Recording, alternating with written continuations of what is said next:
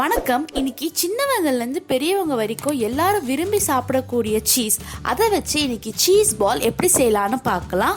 3 உருளைக்கிழங்கு ஏற்கனவே வேக வச்சிருக்கேன். இப்போ இதை நல்லா மசிச்சிடலாம்.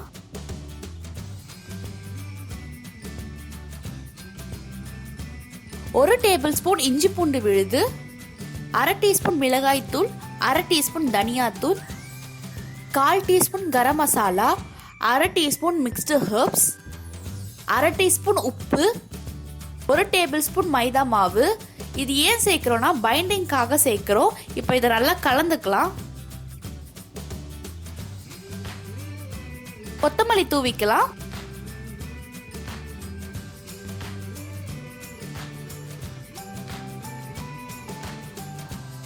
மொசரல்லா சீஸை கியூப்ஸாக கட் பண்ணியிருக்கேன். இதில் மிளகு சேர்த்துக்கலாம்.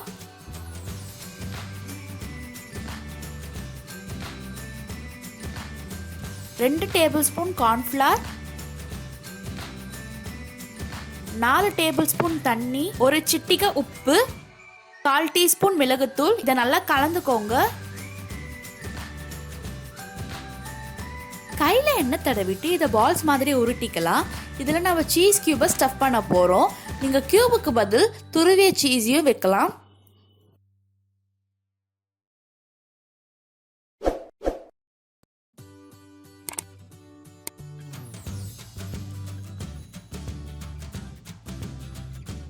இப்போ பண்ண சீஸ் பாலை கார்ன்ஃப்ளவர் பேட்டரில் டிப் பண்ணி கார்ன்ஃப்ளேக்ஸில் பிரட்டிக்கலாம். நீங்கள் கார்ன்ஃப்ளேக்ஸ் பதில் பிரெட் க்ரம்ஸும் சேர்த்துக்கலாம்.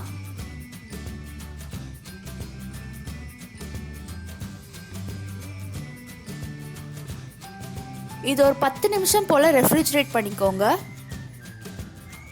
எண்ணெய் மீடியம் ஹீட்டில் இருக்கணும். அதை செக் பண்ண இந்த மாதிரி பால்ஸ் போட்டுக்கோங்க. அது டக்குன்னு மேலே வரக்கூடாது. இப்போ எண்ணெய் காஞ்சிருச்சு. இப்போ நம்ம பண்ண பால்ஸை இதில் சேர்த்துக்கலாம். 2 சைடும் நல்லா கோல்டன் ப்ரௌன் ஆகிற வரைக்கும் பொரிச்சுக்கலாம்.